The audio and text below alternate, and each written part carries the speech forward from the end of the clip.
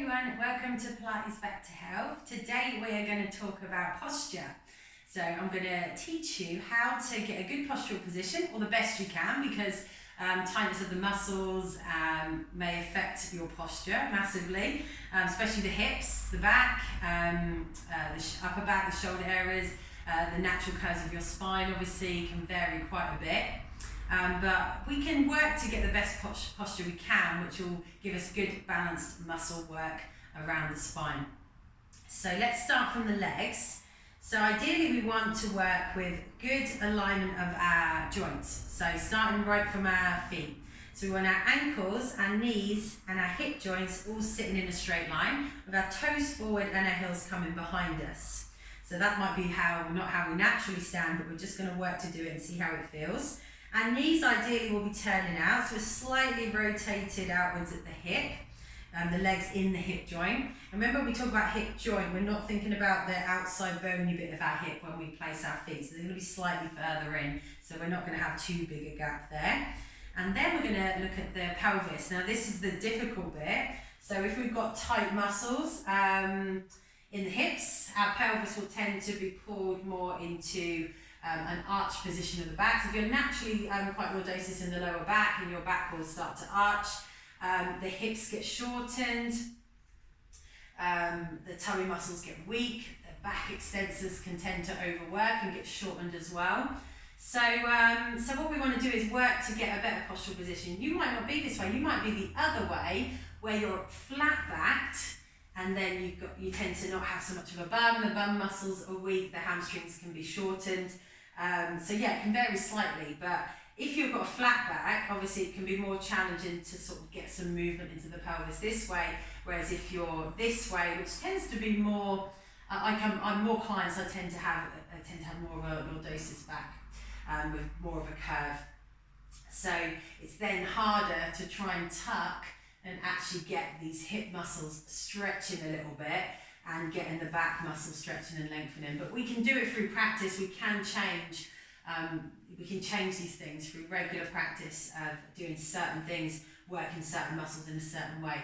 So let's try and do some pelvic tilts here. So you're going to work to pull your tailbone down towards your heels. And by pulling your tailbone down towards your heels, you're going to work to pull in through your tummy. And if you can, you're going to tense into the bum.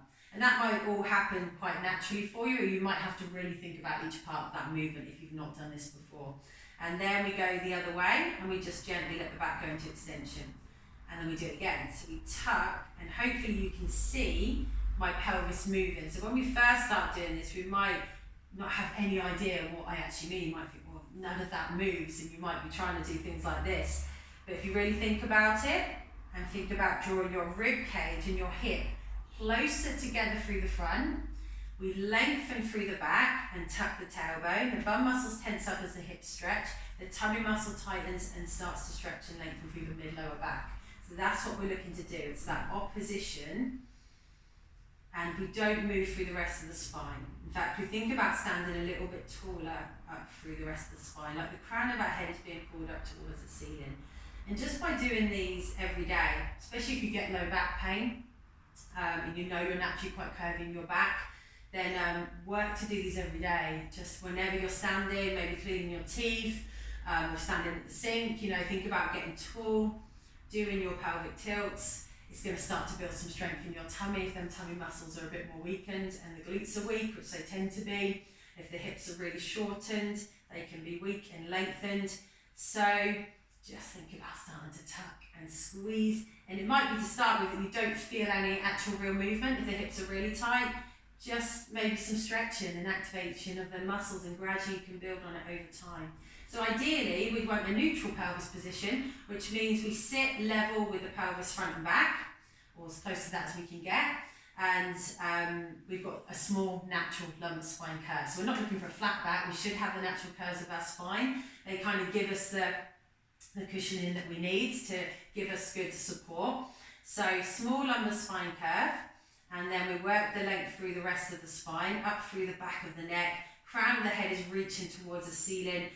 We should have a natural curve in our thoracic spine. Mine's a little bit flat, but we still work to kind of think about these natural curves. So we want to draw the chin back a little bit. So again, just a natural curve of the neck as well. So we're not letting our head pull forwards and over arch the upper back and let the shoulders pull forward. So we want to feel like our chest is open and our shoulders are down.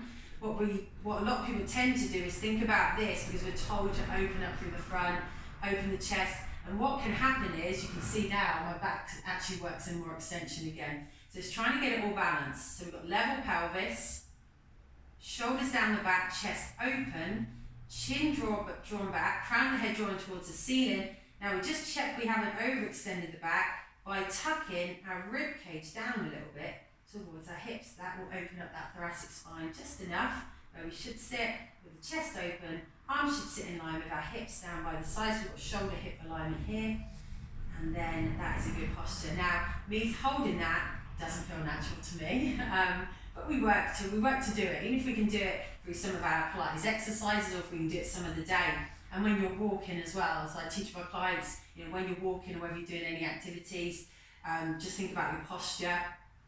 It's going to help you just activate the support muscles around the centre there, so tightening around the tummy, help us get our glute muscles start to work to support the lower back as well. So glute strength, really important for lumbar spine support. And then we can think about how we walk, hold in this position. We can just practice it, trying to walk with a tuck. Think about how you're stepping. So thinking about good position of the feet. Are we walking with our feet wide, or are we walking, with feet turned in?